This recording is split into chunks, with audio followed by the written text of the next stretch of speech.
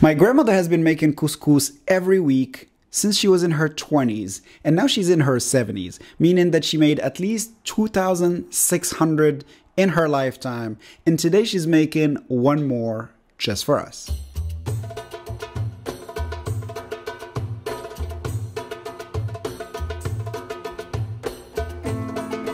We start with a big pinch of salt, few pieces of beef fat, some vegetable oil, and 2 teaspoons of Simo, which is fermented butter.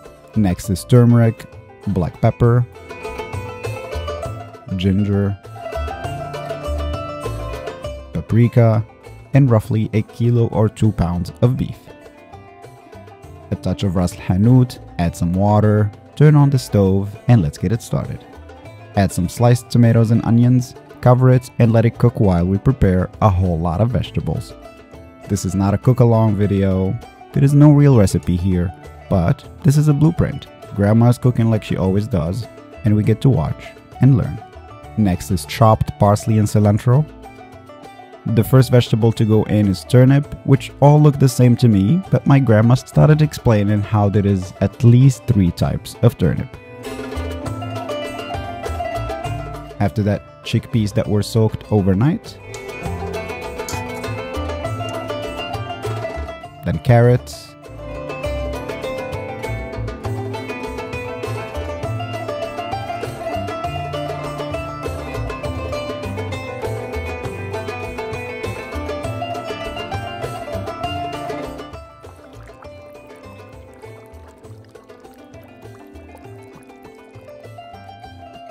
And potatoes.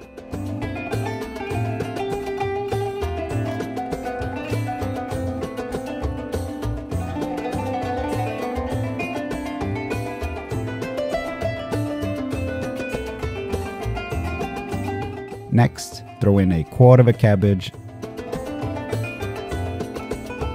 Add some hot water and cover. Things are going to escalate now. 1 kilo of fine couscous, a generous amount of oil, and ftil, which means roll between your hands. Pack and steam for 20 minutes. A cooking secret here, salt your vegetables before you add them to the couscous.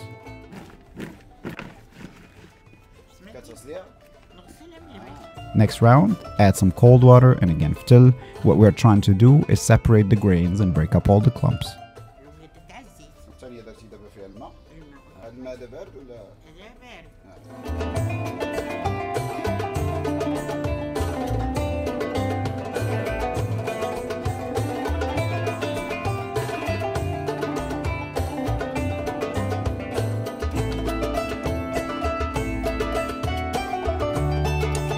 Try the meat. Still needs a little more time.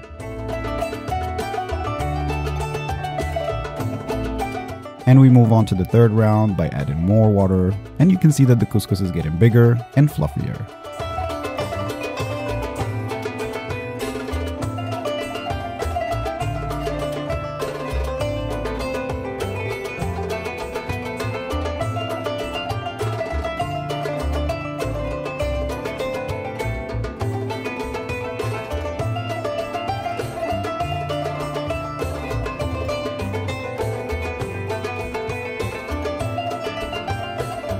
Time to throw in the carrots and the potatoes.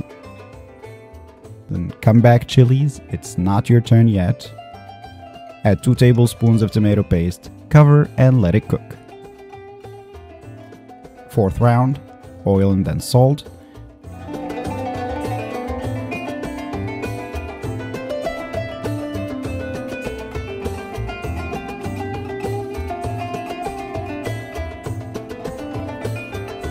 At this point, the couscous is really hot, so you need to wait.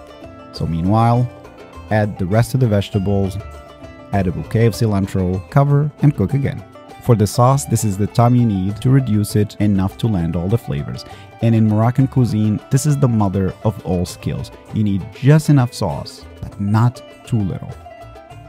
Finish the couscous with a bit of Simo, just to get a bit of that punchy flavor. If you never tried Simo before, it almost smells like gorgonzola cheese, so you always want to use it in very small quantities.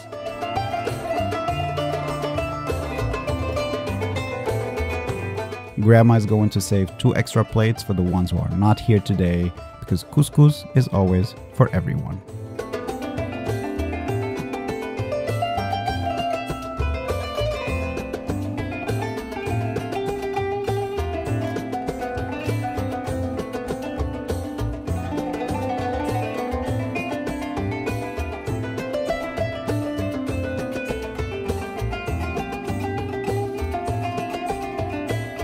This is not your fake beautiful YouTube couscous, this is a real one, made by my grandma and eaten by the whole family on a round table.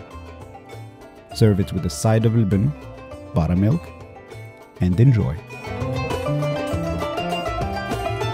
Thank you so much for watching. I really just had grandma out there making couscous like she does every Friday without any interference and without staging anything. So I hope you enjoy it and appreciate it.